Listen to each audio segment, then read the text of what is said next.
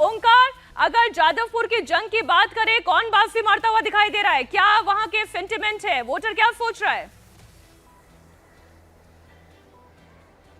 देखिए 96 से लेकर एकदम लगातार 2004 साल तक यहाँ पर कांग्रेस और उसके बाद तृणमूल कांग्रेस उन्हीं का जीत हासिल होता हुआ आ रहा था। लेकिन 2004 साल में सुजन चक्रवर्ती ने वहाँ से सीपीआईएम का कैंडिडेट उम्मीदवार थे, वो जीत हासिल की थी 2004 साल में। लेकिन 2004 साल के बाद 2009 साल से लगातार इस सीट में तृणमूल कांग्रेस का दबदबा रहा है। और 2021 साल का विधानसभा को माने तो वहाँ पर देखा गया है 7 विधानसभा में से 6 विधानसभा तृणमूल कांग्रेस के साथ थी। सिर्फ एक सीट नौशाद सिद्दीकी जो कि आईएसएफ से आते हैं, वो सीट भांगड़ विधानसभा से उनको मिली थी।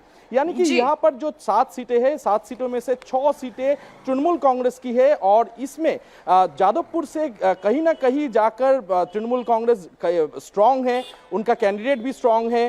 तो ये जो सीट है, ये माना जा सकता है कि तृणमूल के जो पिछले लिगासी रहा है, उस लिगासी में ही ये शामिल रहेगा। यही मानने वाला जो वोटर्स है, उनका वही मानना है।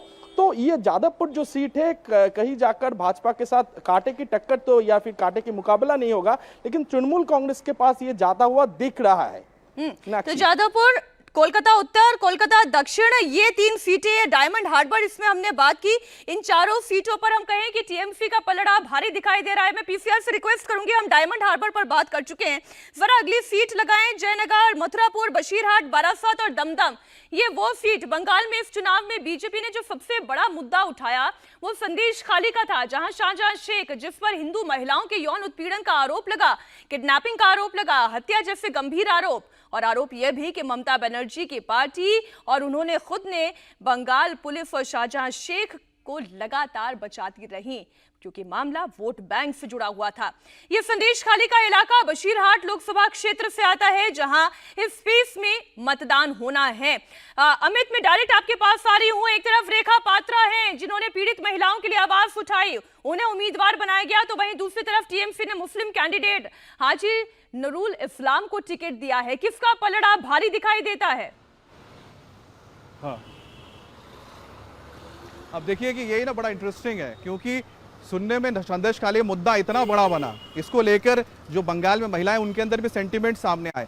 लेकिन जब आप ग्राउंड में जाते हैं, बोशीराट, जब आप इस पूरे कॉन्स्टिट्यूंसी को देखते हैं, तो आपको समझना होगा कि हाशनाबाद, टाकी, जो आसपास के सारे इलाके हैं, इन इलाकों में क्या चल रहा है। क्योंकि जो अलग अलग विधानसभा है, यहाँ पर बीजेपी की पकड़ उतनी मजबूत नहीं है। हालांकि सबसे बड़ी बात है कि टाकी जो इलाका पड़ता है बोशीराट के पास, उस इलाके में या बोशीराट के इलाके में जो अर्बन एरिया है, वहां पर बीजेपी ने एक उपचुनाव जीता था विधानसभा में। उसके बाद से माना जाता है कि जो वहां पर हिंदू वोट है कंसोलिडेट हुआ वहां पर। फिर आपको याद होगा कि फेसबुक का एक किस्सा आया था, जिसमें एक छोटे से स्टूडेंट ने एक पोस्ट डाल दिया था, जिसके खिलाफ बहुत बड़ा हंगामा खड़ा हुआ था, जो मुस्लिम समुदाय ने उनके खिलाफ जान से मारने की धमकी दी थी। तो ये सारे जो फैक्टर्स है वहां पर मुस्लिम वोट को और साथ ही साथ हिंदू वोट को कंसोलिडेट करता है। लेकिन फिर हम आना पड़ेगा आपको, यहाँ पर क्या है कि वोट को आप जब डिवाइड करते हैं, जब वोट को आप डिवाइड करने जाते हैं, तो पलड़ा किसका भारी पड़ेगा यहाँ पर, क्योंकि जो कंसोलिडेशन जो वोट आता है वो ज्यादा पड़ जाता है ममता के साथ, यानी कि मुस्लिम वोट का कंसोलिडेशन है। इस इलाके में मुस्लिम आबादी काफी ज्यादा तादाद में, आप देगोंगा से शुरू हो जाएंगे तो आप चले जाइए वहां पर, तो आपको यहाँ पर दोनों तरफ हो रहा है,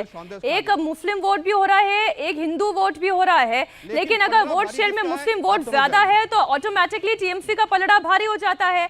बारासात की भी बात कर लेते हैं। स्पेस में एक और सीट है बारासात, जहां प्रधानमंत्री नरेंद्र मोदी रैली करेंगे। यहां मुकाबला टीएमसी की काकोली घोष और बीजेपी के स्वपन मजूमदार के बीच है। पिछली बार टीएमसी 1,10,000 से ज्यादा वोटों से यहां पर जीती थी। ओंकार, इस बार काकोली घोष, स्वपन मजूमदार या कहीं सीपीएम भी है टक्कर में? बारासात की बात कर लें एक बार, जल्दी से रिएक्शन ओंकार। जी देखिए, बारासात लोकसभा की बात की जाए तो यहाँ पर काकोली घोष दस्तीदार जो कि तृणमूल कांग्रेस की उम्मीदवार है और वो स्टैंडिंग एमपी भी है। तो यहाँ का जो विधानसभा की बात करें, 2021 साल में देखा गया था कि 7 विधानसभा में से 7 ही विधानसभा तृणमूल कांग्रेस को गई हुई थी। तो ये जो बारासात सीट है, इस बारासात सीट में आम जनता, आम मतदाताएं तो तृणमूल कांग्रेस के फॉर में ही वोट देते हैं। तो इस साल भी वही चीज हो सकता है, ऐसे मान रहे हैं। तृणमूल कांग्रेस का मानना है कि बारासात सीट उनको क्लियर कट जा रही है। तो इसके चलते तो तृणमूल कांग्रेस की जीत यहाँ से हासिल हो सकती है, ये ऐसे ही माना जाता है, क्योंकि पिछले चुनाव भी देखे तो उसमें भी तृणमूल कांग्रेस की जीत की लिगासी बनी हुई थी। तो इस बार भी उसी सीट में यानी कि बारासात सीट में उनकी जीत हासिल करने की संभावना ज्यादा है, यही तृणमूल कांग्रेस का मानना है। और यहाँ का आम वोटर जो है वो भी देखा गया है कि तृणमूल कांग्रेस के फॉर में ही वोटिंग करते हैं।